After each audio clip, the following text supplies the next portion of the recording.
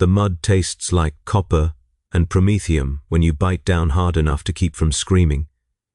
That is the first thing I learned that morning, pressed flat against the trench wall with my teeth buried in my own forearm while Marcus fell 3 meters to my left. The second thing I learned is that a bolt pistol makes a sound you hear in your spine before your ears process it, a wet crack that travels through the mud, through the duckboards, through the soles of your boots and up into the base of your skull where it takes up permanent residence. I did not watch him die. I want to be clear about that. My eyes were open and pointed in his direction, but whatever part of me that processes the translation of light into meaning had already fled somewhere deeper, somewhere the Commissar's voice could not reach. What I saw instead was a collection of shapes and colors that my mind refused to assemble into the image of my best friend's head opening like fruit dropped from a great height. The Commissar holstered his weapon. His boots made that sound on the duckboards, that deliberate measured pace that I had heard 100 times before and never truly listened to until that moment. Now it is the only sound I hear when I close my eyes. Left foot, right foot, the slight squeak of polished leather against wet wood. He flinched, the Commissar said to no one and everyone. The enemy was 400 meters distant. The barrage had not yet begun. He flinched. No one spoke. The 37 men remaining in our section of trench stood or crouched, or lay exactly where they had been when the Commissar drew his weapon, and not one of them breathed loudly enough to be heard. I could feel Corporal Westbrook's shoulder pressed against mine, could feel the minute tremors running through his body that he was fighting to suppress, and I understood with perfect clarity that if any of those tremors reached his face, reached his hands, produced any visible movement that could be interpreted as a flinch, I would be watching another execution before the sun climbed another degree. I pressed my teeth harder into my arm. I tasted blood now, my own blood, and something about that taste anchored me to a version of myself that could stand there and do nothing, that could watch the Commissar step over Marcus's body without looking down, that could hear the order to prepare for the advance and actually reach for my lasgun without my hands shaking. We went over the top 9 minutes later. I killed 11 men that day, or what had once been men. The enemy on that world had been touched by something that stretched their faces into configurations that held too many teeth, that bent their spines in directions that let them run on all fours when they chose to. I burned them down with the same mechanical precision I had used to chamber rounds in training, and I felt nothing at all because everything I was capable of feeling had been spent in those 9 minutes of standing in the trench, not looking at what remained of Marcus, listening to the Commissar's boots pace back and forth along the line. Westbrook died in the assault. A round took him through the throat and he fell against me, his blood mixing with the mud on my uniform until I could not tell where he ended and the filth began. I pushed his body aside and kept advancing. The Commissar was 20 meters to my right, his power sword carving through corrupted flesh, and I understood that he was watching me even as he killed. I understood that he had been watching me for longer than I knew. That was the first day. The second day brought burial details and ammunition counts and the familiar grind of Imperial Guard existence that reduces everything to numbers and logistics. Marcus was not buried. The bodies of executed soldiers are left for the corpse processing units, who strip them of anything useful and dispose of the remains in mass cremation pits. I learned this from a clerk who seemed surprised that I did not already know that I had somehow survived this long in the Guard without understanding what happened to men who failed. I asked him what they did with personal effects. Destroyed, he said, contaminated by cowardice. I nodded and walked away, but I carried that word with me like a stone in my gut, contaminated. As if Marcus's fear had been a disease, something that could spread through his letters home, through the small carved figure of the Emperor he kept in his breast pocket, through the worn prayer book his mother had given him when we shipped out. As if destroying those things could somehow sterilize the universe of the fact that Marcus Reinhold, age 23, from a district of our homeworld so poor that the Guard was the only escape from starvation, had been afraid in the moments before battle. We had all been afraid. Every single man in that trench had felt the ice in their bowels when the bombardment started in the distance, had felt their muscles tense against their will as the shells walked closer and the ground shook hard enough to crack teeth. The difference between Marcus and the rest of us was a matter of millimeters. His face had moved. His body had betrayed him by perhaps 2 seconds of visible tremor. I began counting after that. Not consciously at first, but somewhere in the back of my mind, a tally started. Every time my hands wanted to shake, every time my jaw wanted to clench, every time my body wanted to flinch away from sudden sound or movement.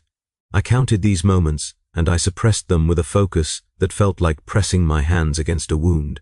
And I understood that I was learning to kill parts of myself because the alternative was letting the Commissar kill all of me. His name was Vance. Commissar Aldrich Vance, attached to the 7th Corvallis Infantry by order of the Departamento Munitorum, charged with maintaining discipline and morale through whatever means necessary. He was perhaps 40 years old, though the rejuvenation treatments available to officers of his rank made such estimates unreliable. His face was lean and angular, built around a nose that had been broken at least twice, and eyes the color of dirty ice. He wore his cap at a precise angle that never varied, and his uniform was always immaculate despite conditions that left the rest of us caked in filth. I began watching him the way prey watches a predator. Not obviously, not in any way that could be interpreted as insubordination, but with a constant peripheral awareness that tracked his position, his mood, the subtle tensions in his posture that preceded violence. I learned that he killed most often in the mornings, when the men were tired and their control was weakest. I learned that he favored his right hand but was equally accurate with his left. I learned that he made a small sound, almost a sigh, in the half-second before he drew his weapon, and that this sound was the only warning anyone ever received. Marcus had not heard the sound, or perhaps he had heard it but had not known what it meant.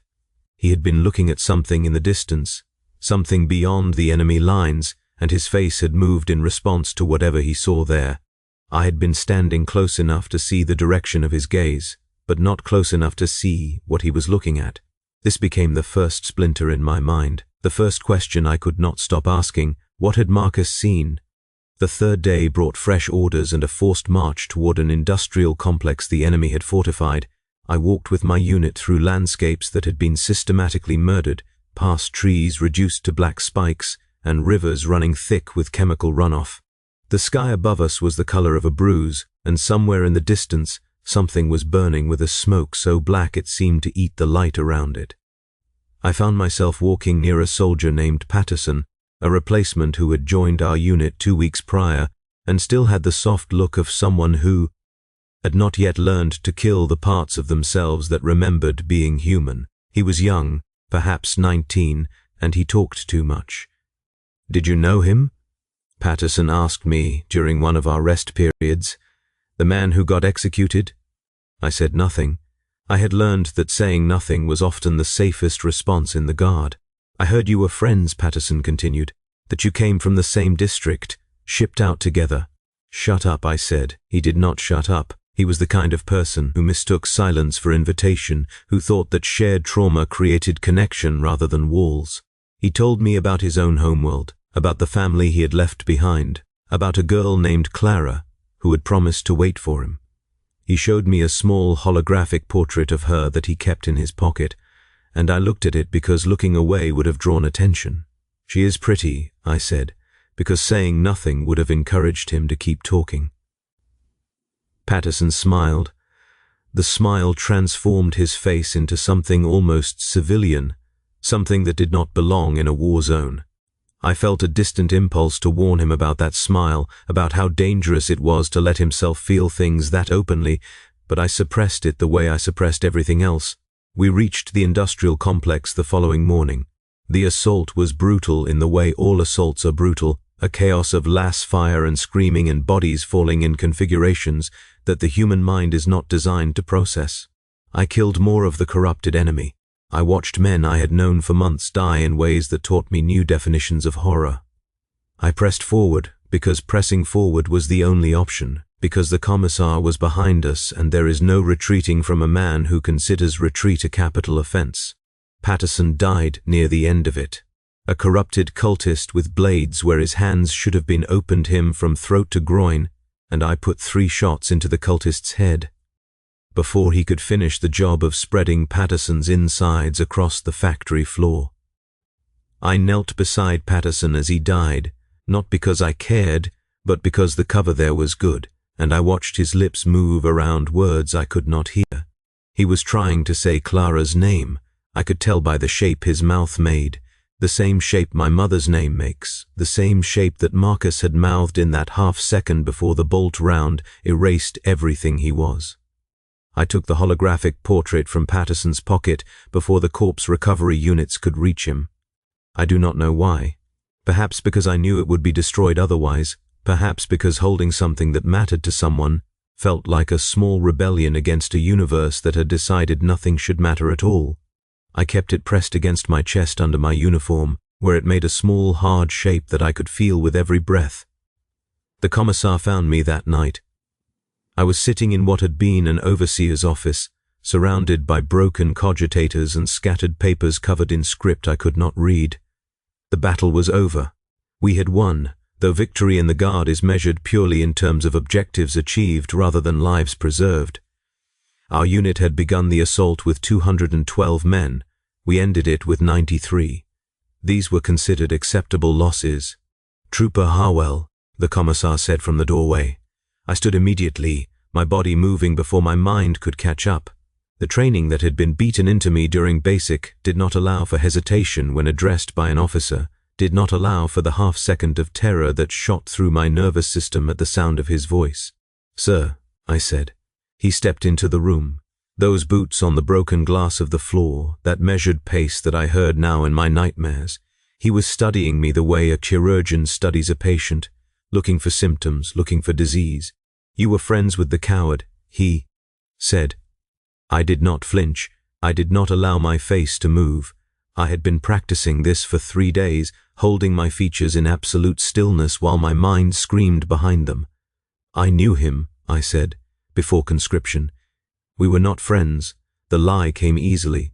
I had learned that lies come easily when the truth is death." Commissar Vance nodded slowly. He walked to the window and looked out at the burning remains of the industrial complex, at the crews working to clear bodies and salvage equipment. "He flinched," Vance said. "You understand why that required correction?" "Yes, sir." "Do you understand what he saw?" The question hit me like a physical blow, though I did not allow this to show. What he saw. The Commissar knew.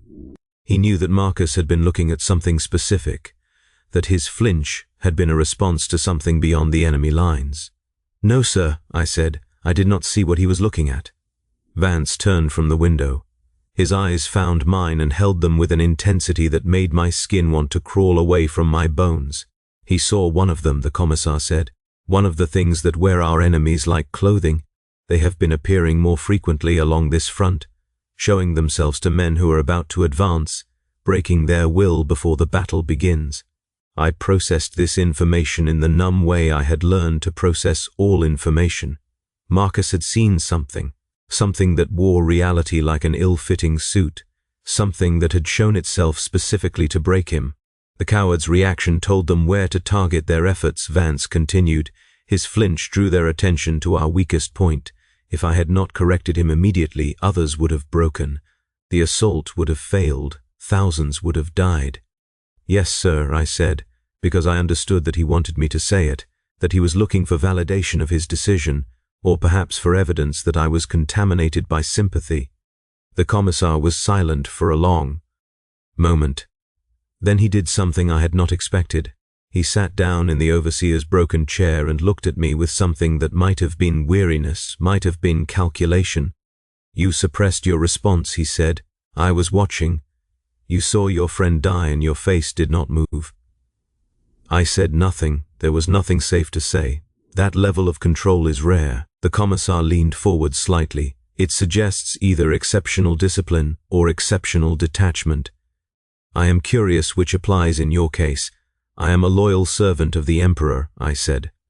The words came automatically, the catechism of survival. Vance smiled. It was not a pleasant smile. It was the smile of a man who had heard those words 10,000 times and knew exactly how much they were worth. "Sit down, Trooper Harwell." I sat. Not because I wanted to, but because refusing would have been insubordination, and insubordination was death. I sat across from the man who had killed my best friend, and I kept my face still, and I waited for whatever came next. "Tell me about him," the Commissar said. "Tell me about the coward before he was a coward." The request was a trap. I could feel its edges, could sense the ways it could close around me if I answered wrong. Speaking well of an executed man was sympathy for cowardice. Speaking ill of him was collaboration with his executioner. Refusing to speak was insubordination. I chose my words like a man choosing his steps through a minefield. He was adequate, I said.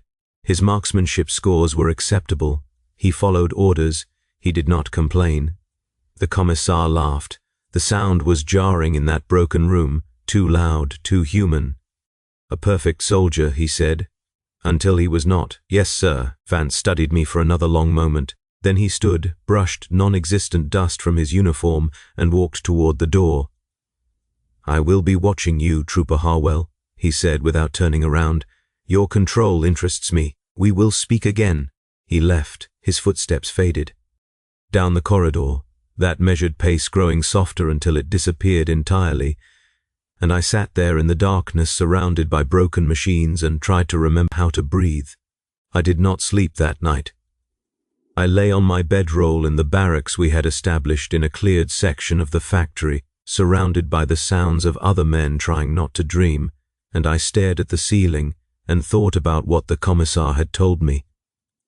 Marcus had seen something, one of the entities that the enemy served, one of the things that existed in the spaces between sanity, had shown itself to him specifically, had targeted him, had known somehow that he was the weak point, the place where pressure would produce a crack. But how had it known? The question circled in my mind like a predator waiting for weakness. How had the enemy known to target Marcus specifically? We had been in the trenches for only 6 hours before the assault. Marcus had been no more visible than any other soldier, no more obviously afraid. There had been nothing to distinguish him from the hundreds of other men in that line. Unless someone had told them. The thought was treason. The thought was the kind of thought that got men executed, that got entire units purged, that brought the Inquisition down on regiments and left nothing but ashes. But I could not stop thinking it, could not stop turning it over in my mind like a stone I had found in my boot. Someone had told the enemy where to apply pressure. Someone had identified Marcus as vulnerable and passed that information along, and the Commissar had been watching me before the execution. He had said so himself. He had been watching me because I was Marcus's friend, because we had come from the same place, because whatever contamination Marcus carried might have spread to me, or because he wanted to see if I knew. I reached under my uniform and touched the holographic portrait of Patterson's girl, Clara, the hard edges of it pressed against my fingers. I did not know why I had taken it. I did not know why I was keeping it, but holding it felt like holding proof that something in this universe still mattered, that not everything had been reduced to acceptable losses and contaminated effects. The next weeks passed in a blur of engagements and marches and the grinding routine of guard existence. We pushed the enemy back from the industrial zones. We liberated worker districts that had been converted into charnel temples. We found mass graves and burned them, found prisoners and freed the ones who could still be called human and executed the ones who could not. I killed. I followed orders. I kept my face still, and I watched. The Commissar had other duties besides monitoring my unit. He rotated between sections, appearing without warning, his presence a constant reminder that discipline was not optional. I tracked his patterns, learned his schedules, noted when he was present and when he was absent. I told myself this was survival instinct. The prey animals need to know where the predator hunted. But I was also looking for something, some evidence that would confirm or deny the suspicion that had taken root in my mind, some proof that Marcus's death had been more than random cruelty. I found it 6 weeks after the execution. We had taken a communications hub in the ruins of a HAB block, and I had been assigned to security while the tech adepts worked to restore its systems. The building was a maze of shattered walls and collapsed floors, and during one of my patrols, I found a room that should not have existed. It was hidden behind a false wall, accessible only through a gap that had been created by artillery damage. Inside I found equipment I did not recognize, machines with organic components pulsing in ways that made my stomach turn, data slates covered in script that seemed to move when I looked at it directly, and a collection of holographic portraits.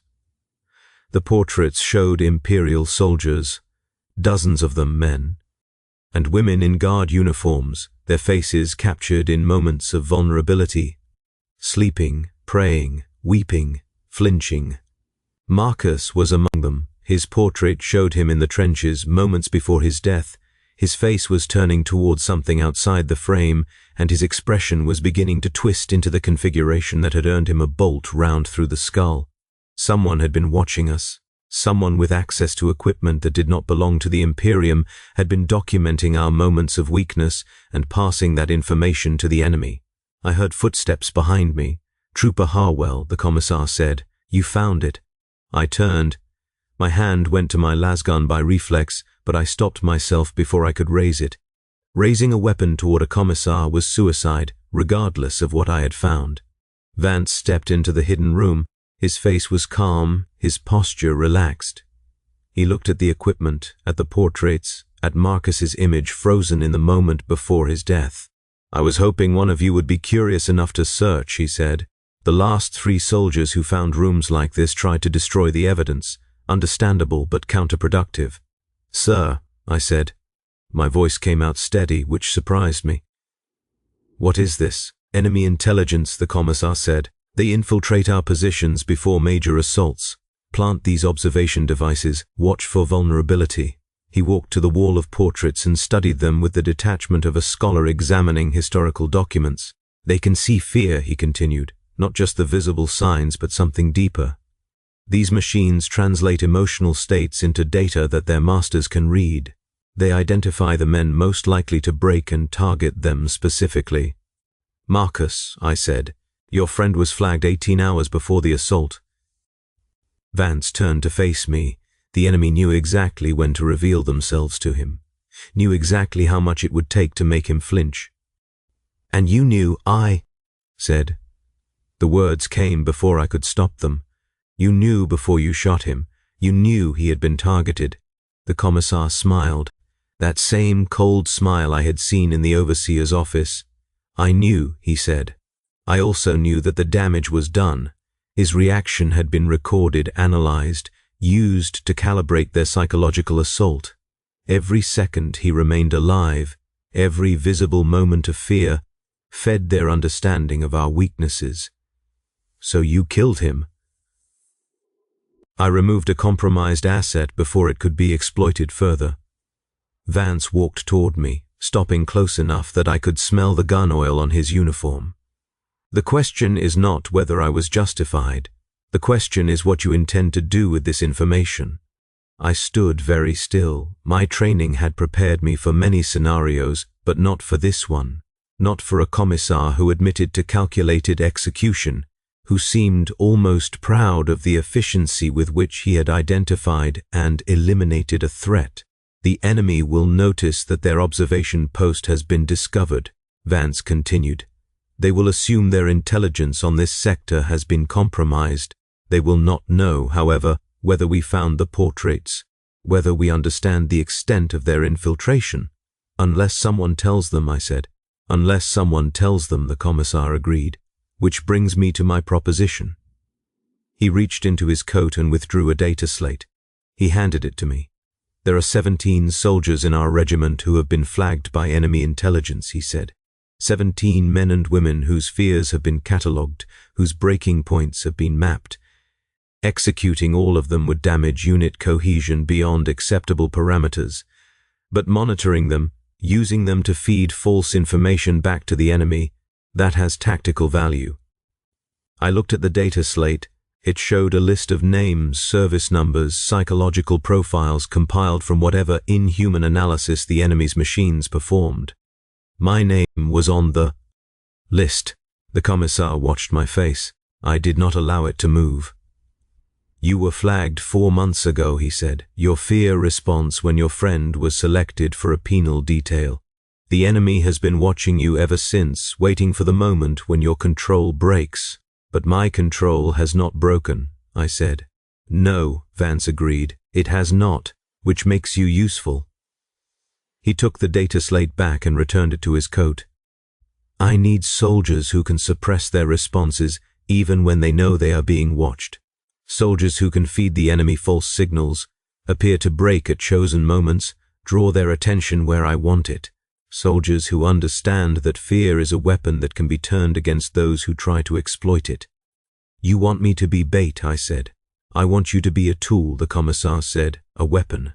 The distinction is irrelevant to the Imperium, but it may matter to you. I thought about Marcus. I thought about the portrait on the wall, his face frozen in that final moment of terror. I thought about Patterson, dying with Clara's name on his lips, about Westbrook's body pushing against mine as the life left it, about all the dead I had walked past and stepped over and forgotten in the endless grind of this campaign. I thought about the holographic portrait still pressed against my chest, the small hard proof that something could still matter. Why me, I asked.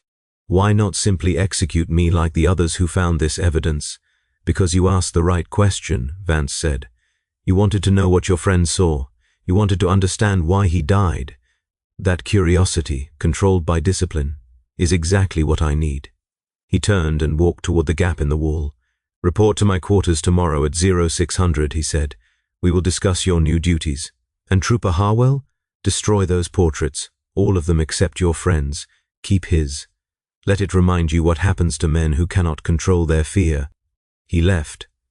His footsteps faded through the ruins, that measured pace that had become the soundtrack of my nightmares. I stood alone in the hidden room, surrounded by evidence of an enemy that could see into the human soul, and I made a choice. I destroyed the portraits, all of them except Marcus's. I took his from the wall and folded it carefully and placed it in my pocket next to Clara's image. Two fragments of people who had mattered, pressed against my chest like armor. Then I followed the Commissar's footsteps out of the ruins and into whatever came next. The work the Commissar assigned me was not what I expected. I had anticipated something dramatic, some covert mission or dangerous assignment that would justify his interest in me. Instead, I found myself doing exactly what I had done before, fighting, marching, killing, surviving. The difference was in the watching. Now I knew I was being watched, knew that every expression that crossed my face was being analyzed by something that did not think like a human, and I used that knowledge. Commissar Vance taught me to perform. Not lying exactly, but something more subtle, learning to control not just my visible reactions, but the deeper, physiological responses that the enemy's machines could detect. Learning to project fear when I felt nothing, to suppress terror when it threatened to overwhelm me. Learning to make my internal state a tool rather than a vulnerability. It was exhausting in ways that combat never was. Every moment of every day became a calculation, a performance designed to feed false data to observers I could not see. I learned to flinch at predetermined moments, to show weakness where the Commissar wanted the enemy to perceive weakness, to appear on the edge of breaking, precisely when it served tactical purposes. The other soldiers on the list learned the same techniques. I met them in briefings that officially did not exist, sessions where Vance taught us to weaponize our own trauma. Some of them adapted well. Others broke under the strain of constant performance and had to be removed. Removed meaning executed, of course. There was only one way out of the Commissar's program, but I did not break. Weeks became months. The campaign ground forward, measured in kilometers gained and bodies lost. I rose through the ranks, not because I was brave or skilled, but because I survived, because the men above me died and someone had to fill the gaps. Corporal, then sergeant, then a field commission to lieutenant, when an artillery barrage eliminated our entire officer corps in a single afternoon. Each promotion made me more visible, more watched, more valuable as a node in the Commissar's network of deception. And somewhere in the process I realized I had stopped pretending. The fear I performed for the enemy had become indistinguishable from genuine emotion. The control I maintained had calcified into something that no longer required conscious effort. I could stand in the middle of a bombardment, surrounded by dying men and burning equipment, and feel nothing at all. Not suppression, not discipline, but actual emptiness where terror should have been. I had become what the Commissar wanted, a weapon, a tool, a man who could watch his best friend die and keep his face still, not because he was hiding his grief, but because he no longer knew how to feel it. The revelation came to me on a morning, much like the morning Marcus died. We were in trenches again, preparing for another assault against fortified enemy positions. The corrupted forces had dug in deep, and command had decided that infantry waves were the most efficient method of dislodging them. Efficient meaning cheapest in terms of resources expended, regardless of lives lost. I walked the line before the attack, doing what officers do, checking equipment, offering meaningless encouragement, looking for signs of weakness that might need correction.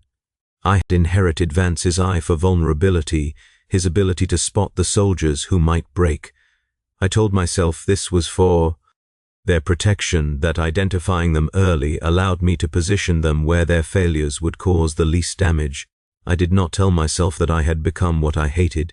I did not have to. The knowledge sat in my chest like a stone, cold and heavy and impossible to ignore. I found a young replacement near the middle of the trench. He was perhaps 20 years old, from some agri-world whose name I had already forgotten. His hands were shaking visibly as he checked and rechecked his lasgun's power pack. "Steady," I told him. "We have done this before. We will do it again." He looked up at me with eyes that held the same desperate hope I had once seen in Patterson's face, the same need to believe that someone in authority knew what they were doing. "Lieutenant," he said, "is it true, what they say about the enemy, that they can see inside your head?" I should have reassured him. That was what officers did. That was what would keep him functional until the assault began. Instead, I told him the truth. "Yes," I said. "They have machines that read fear. They know when you're about to break. They target the weak points."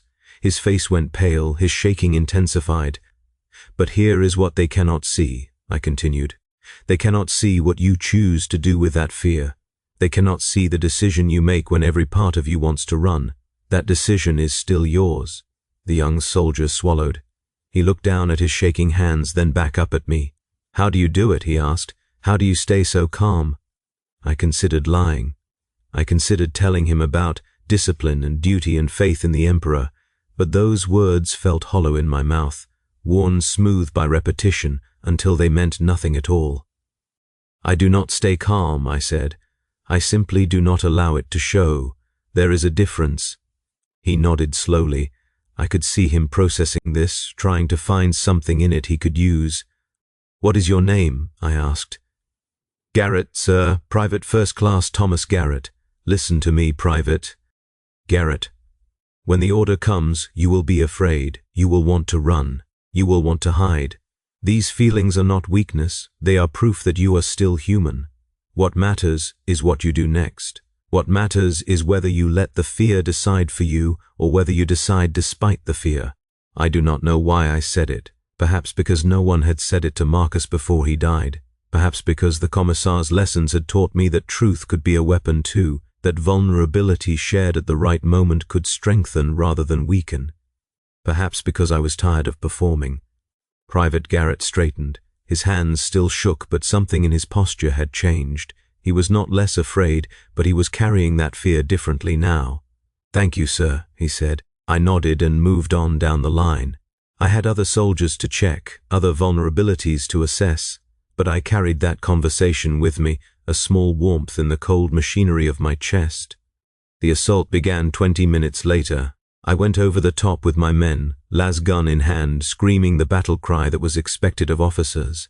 The enemy fire was immediate and devastating. Men fell on either side of me, their bodies tumbling back into the trenches or forward into the mud, depending on which way the impacts pushed them.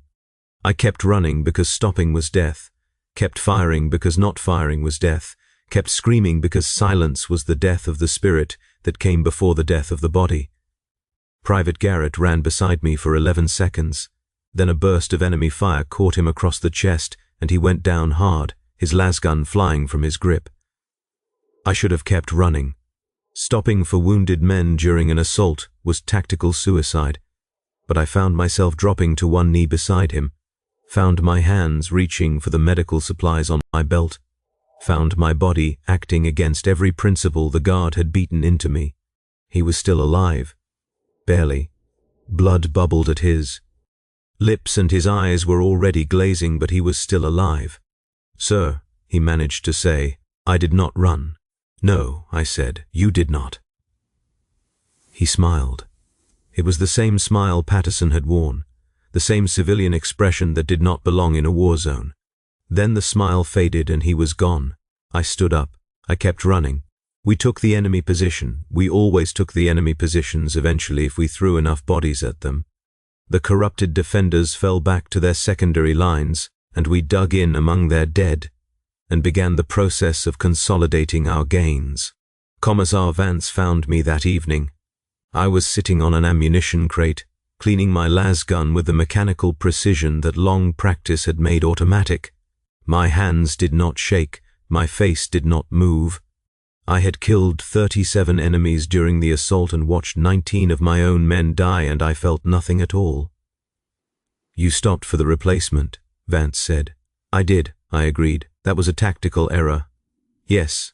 The Commissar sat down beside me. He did not often sit. It was a breach of the distance he maintained between himself and the common soldiers, the separation that allowed him to execute them without hesitation. "What did you tell him?" Vance asked. "Before the assault. I saw you speaking with him. I told him the truth," I said, "that he would be afraid, that the fear did not matter, that what mattered was what he chose to do." The Commissar was silent for a long moment. "That is not what I would have told him," he said finally. "No," I agreed. "You would have told him that fear is weakness, that the enemies of mankind are always watching, that any sign of cowardice would be met with immediate correction." Vance laughed. It was the same jarring sound I had heard in the overseer's office all those months ago, but now it contained something else, something that might have been respect. "You have learned well," he said, "perhaps too well." I looked at him directly, which I had never done before, met his eyes and held them. "I have become what you wanted," I said, "a weapon, a tool, a man who can control his fear so completely that he no longer feels it." "Yes," the Commissar agreed, "but I have also learned something you did not intend to teach me." Vance raised an eyebrow. "What is that?" I reached into my pocket and withdrew the 2 holographic portraits. Clara and Marcus side by side, 2 faces frozen in moments of humanity, of vulnerability, of everything I had trained myself to suppress.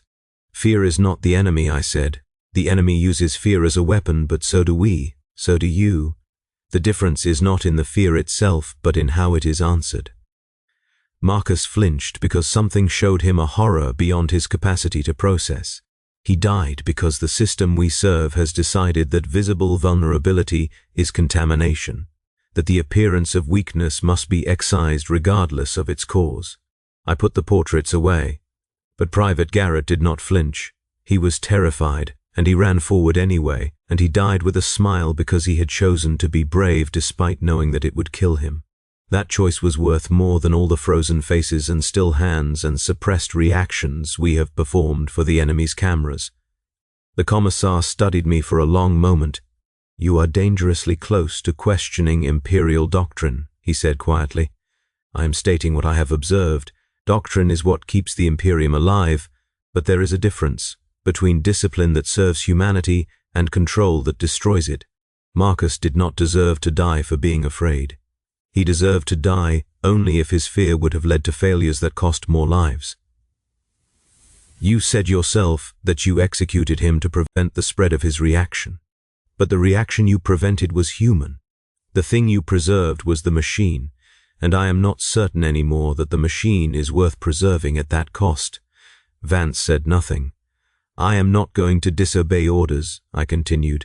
"I am not going to lead some rebellion against the commissariat or preach pacifism to my men.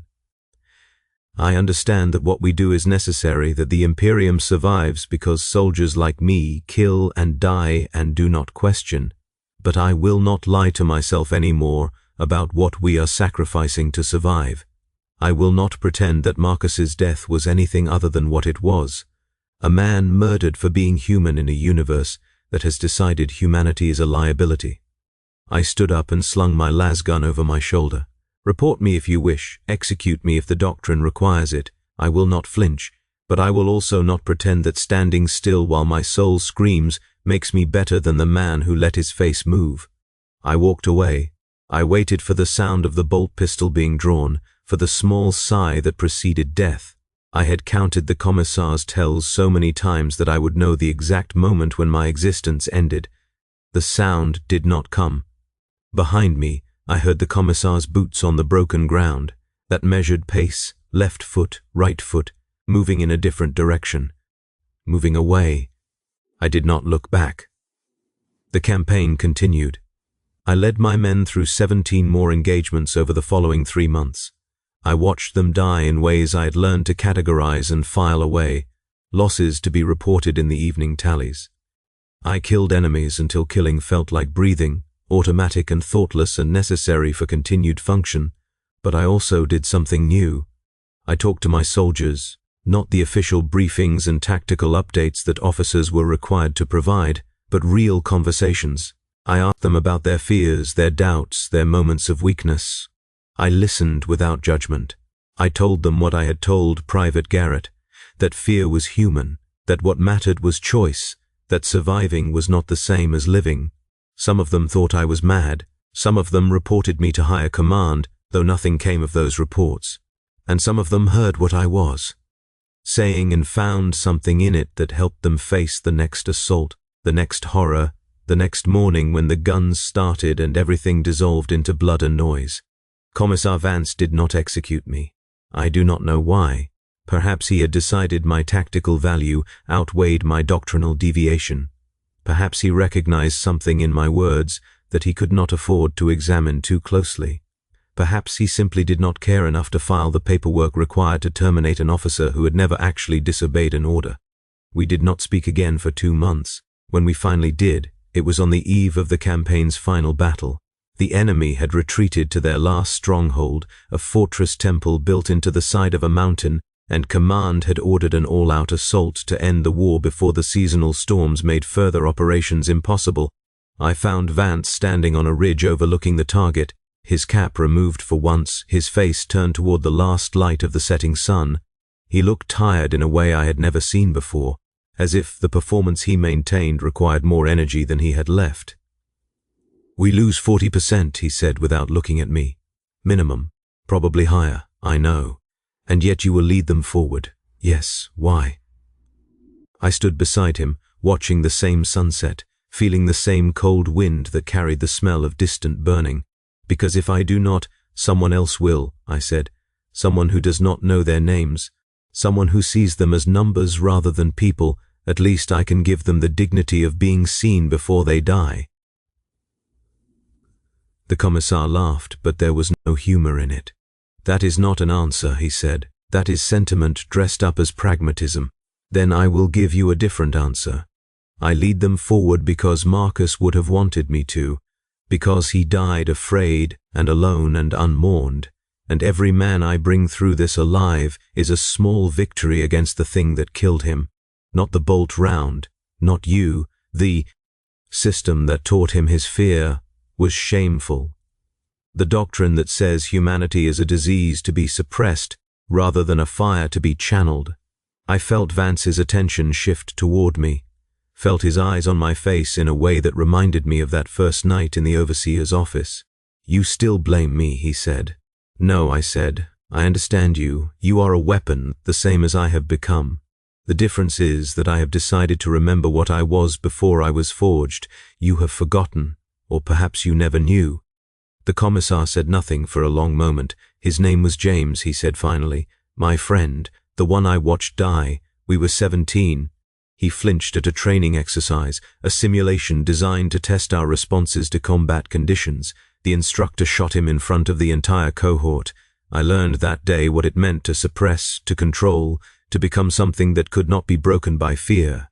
I looked at Vance.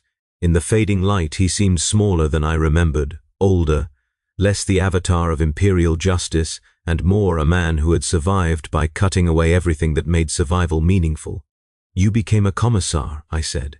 "I became what they needed me to be. Vance put his cap back on, settling it at the precise angle he always maintained.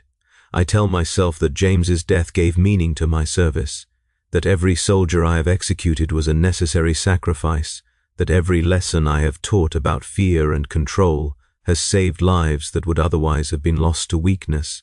But sometimes I wonder what James would think of what I have become, whether he would recognize the boy who stood beside him in that training hall, who felt his hand shake and could not stop it, whether he would understand that I killed that boy too, the moment I decided that shaking hands were more dangerous than the enemy we were trained to fight. We stood in silence as the sun finished setting. The fortress temple was a dark shape against the purple sky, waiting for the assault that would come with dawn. "You asked me why I did not execute you," Vance said. "When you told me that Marcus did not deserve to die, I remember, you reminded me of him, of James. The way you looked at me, with something that was not fear but was not surrender either. He had that same expression, right before the instructor raised his weapon, as if he was seeing something the rest of us could not. What was he seeing?" Vance shook his head. "I do not know. I never asked. I was too busy learning to keep my face still." He turned and began walking back toward the command post, his boots crunching on the frozen ground. "Tomorrow, we kill or die," he said without looking back. "Perhaps both. Do me a favor, Lieutenant Harwell. If I fall, do not let them put me in the commissariat's records as a faithful servant of the Imperium. Write something true instead, something that admits I was afraid every single day from the moment James died until whatever moment ends me." His footsteps faded into the darkness. I stayed on the ridge until the cold drove me back to my men. I thought about Marcus, I thought about Patterson, and Garrett and Westbrook and all the other dead whose names I had collected like coins in a purse that grew heavier with each battle. I thought about James, who I had never met, whose flinch had created the man who killed my best friend, and I thought about the morning to come. The assault began at dawn. I led my men up the slopes toward the fortress temple, through kill zones designed by tacticians who understood exactly how many bodies it would take to overwhelm defensive positions. The enemy fire was constant, a rain of projectiles and energy beams that turned the air itself into a weapon. Men fell on all sides of me, their deaths measured in the seconds it took for their bodies to hit the ground and become obstacles for those behind them. I did not flinch. Not because I was not afraid, but because I had chosen what to do with my fear. I had channeled it into my voice, into the orders I screamed over the din of battle, into the hand signals that directed my surviving soldiers toward cover and firing positions. The fear was fuel, not paralysis. The enemy's machines could see it burning in me, but they could not see what I was doing with the flames. We breached the outer walls. We fought through corridors slick with blood and lit by flickering emergency lighting. We killed the corrupted defenders in rooms that had been designed for worship and transformed into abattoirs. I lost count of my kills, somewhere around 50, lost track of my casualties, somewhere around 30, lost everything except the forward momentum that kept me alive. Commissar Vance fought beside me through the final chambers. His power sword was a blur of light, carving paths through enemies that my lasgun could not penetrate. His bolt pistol roared in counterpoint, the wet crack of each round finding flesh that had forgotten it was ever human. He fought like a man who had been waiting his entire life for permission to die, and I understood in that moment that James's ghost had been walking beside him, just as Marcus's walked beside me. We reached the inner sanctum together. The thing that waited there was not something I have words for. It existed in dimensions that the human mind is not designed to perceive, and looking at it was like looking at a wound in reality, a place where the universe had been cut open and something else was pushing through.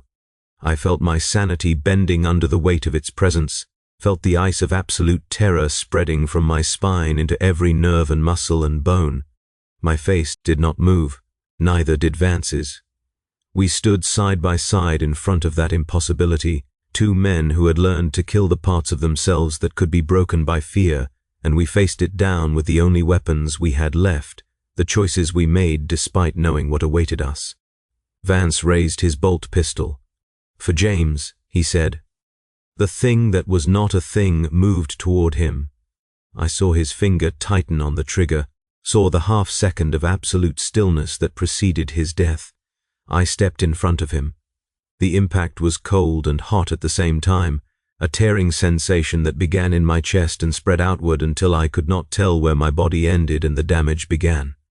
I fell backward into the Commissar's arms, my lasgun clattering to the floor, my blood painting his immaculate uniform in patterns that would never wash out. The last thing I saw was his face. He was crying. The tears cut tracks through the grime and blood, falling onto my cheeks and mixing with whatever was leaking from the wound that had consumed my torso. His face was moving, twisting, finally allowing itself to show what he had hidden for so many years, the control he had maintained since he was 17 shattered in that moment, and what emerged from the wreckage was something I recognized, something human. "Why?" he said. His voice broke on the word. "Why would you do that?" I tried to answer. I tried to tell him that some flinches were worth dying for, that saving his life was not about him, but about proving that the system that had broken us both could not break everything. That fear and love and sacrifice were stronger than the doctrines that demanded we suppress them. But there were no words left in me, only blood and cold, and a strange spreading peace that felt like finally putting down a weight I had carried so long I had forgotten it was there. I thought of Marcus. I thought of his face in that holographic portrait, frozen in the moment before the bolt round erased everything he